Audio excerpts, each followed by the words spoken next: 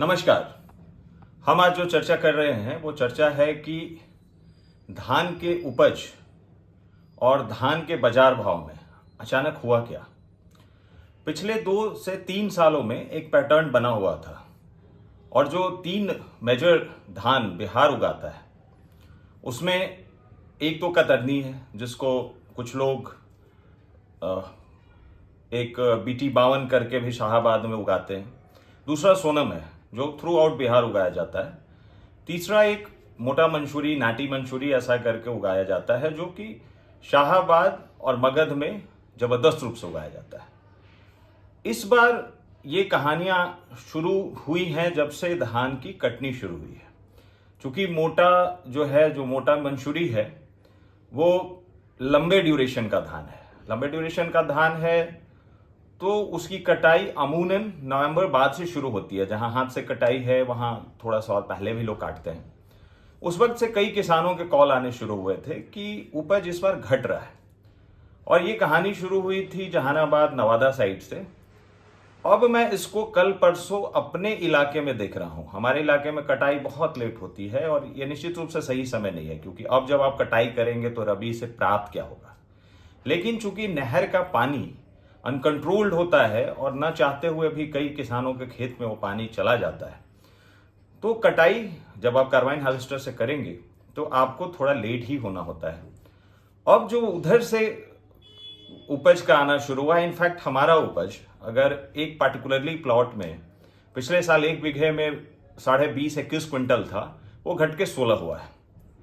मैं दूसरे किसानों को ये चीज कह रहा था कि आपके धान बड़े हुए हैं और उन लोगों ने एक्सेप्ट भी किया था कि हाँ इस बार थोड़ा सा धान का लेंथ बढ़ गया।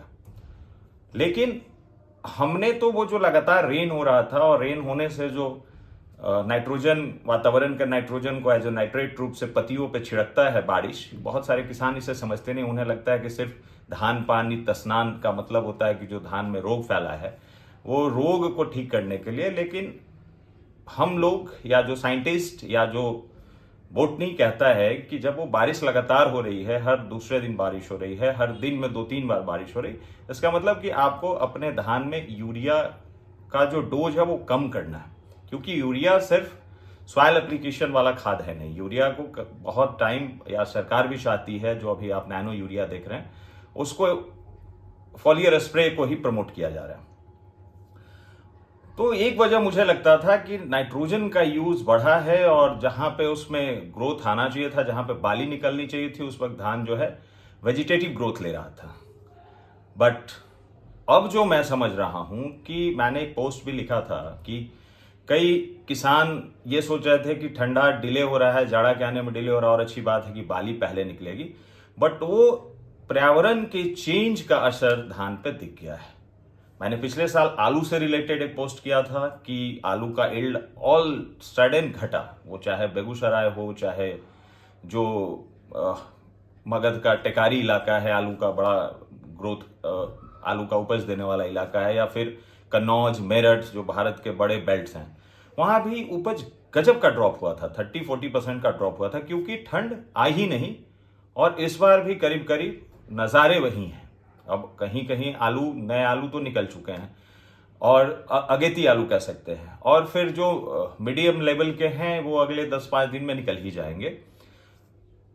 ये पर्यावरण का चेंज एक बड़ा संकेत दे रहा है।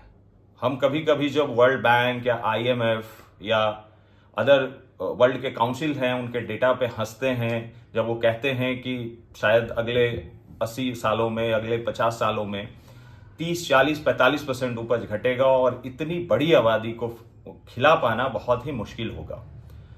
अब प्राइस पे आते हैं। देखिए, मतलब एक जो साइकिल है वो सब जगह लागू होता है। वो शेयर बाजार हो, वो ज्वेलरी हो, वो क्रूड हो, वो कमोडिटी प्राइसेस पे भी चलते हैं।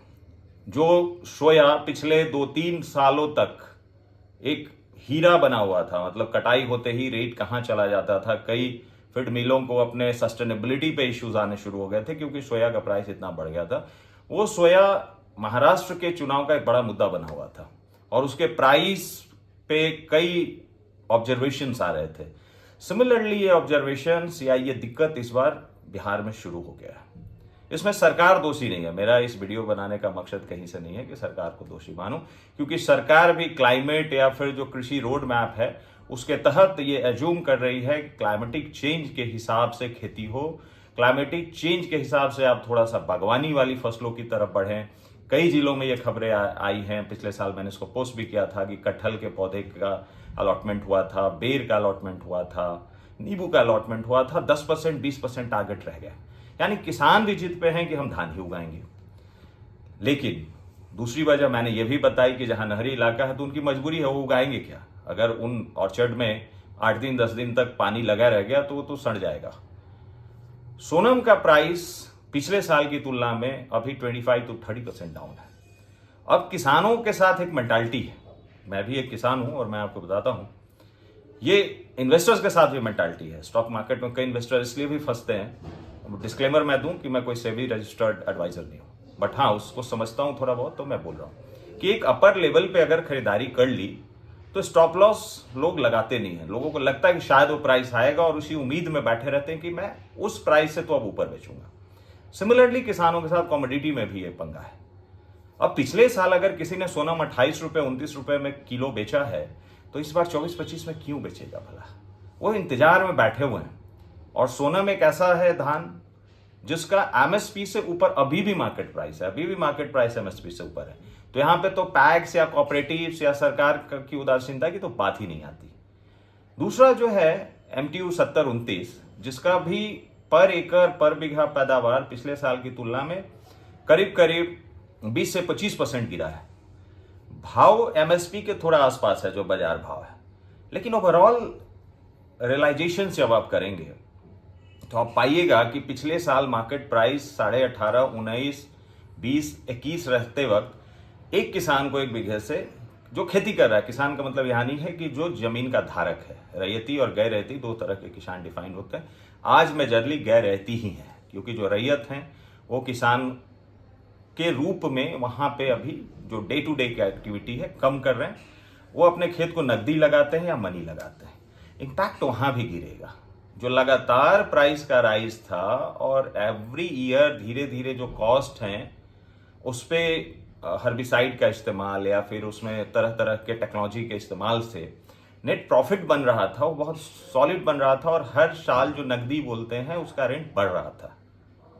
अब इस बार जब सीधे ऐसे डाउनफॉल आ रहा है, 4 से 5 क्विंटल की गिरावट है, तो वही प्रॉफिट जो उन्हें मिलता था, मैं फिर से इसको कैलकुलेट करता हूं कि 20 क्विंटल पर बीघा इंटू 18 का भाव, यानी कि उसको पिछले साल 36,000 आया था। इस बार वो 15 क्विंटल इंटू 2100, तो ये कहीं 31-32 हजार पे बैठेगा। यानी पिछले साल की तुलना में इस बार जो उसके हाथ में पैसा जा रहा है वो कम जा रहा है, तो नेचुरली वो अगले साल हेरिटेट करेगा इस रेट, जो इस साल का रेट है वो रेट पे करने में, एनुअल रेट, तो वहां भी गिरावट है। इनकम जैसे ही गिरा है तो ये मानिए कि ये बेहतर संकेत तो है नहीं। एक फिर बड़ा वर्ग खेती से माइग्रेट करेगा अपने को, और जो हम लगातार बातें कर रहे हैं कि माइग्रेशंस हो रहे हैं, लोग दूसरे सेक्टर्स में, लोग छोटे छोटे जॉब्स को भी प्रायोरिटी दे रहे हैं, सिक्योरिटी गार्ड्स का हो या फिर कहीं जाके कोई पोल्यूशन वाले एरिया में भी मुंशी का काम करने का, वो उनके पास ये ऑप्शंस है नहीं कि वो सेलेक्ट करें। क्योंकि अगर इस तरह की मार पड़ी है, या तो वातावरण के दिक्कत से पड़े या फिर व्हाटएवर, ये वैज्ञानिक कारणों से और धीरे धीरे आएगा। और ये आज हमारे एक सीनियर हैं, उन्होंने लिखा भी है कि जो धरती का एक पॉइंट्स है वो शिफ्ट हो रहा है।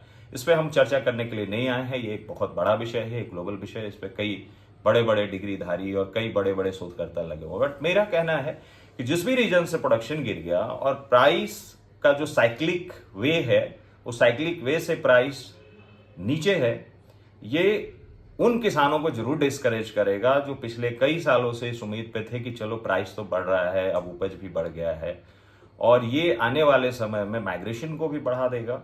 और दूसरा, एक लार्ज फूड कंज्यूम करने वाले की जो हम बात कर रहे हैं कि उनके लिए कितना मुश्किल होगा लगातार अन्न का उत्पादन दे पाना, अन्न उपलब्ध कराना, ये बिल्कुल ही चिंता का विषय है। बहुत बहुत धन्यवाद।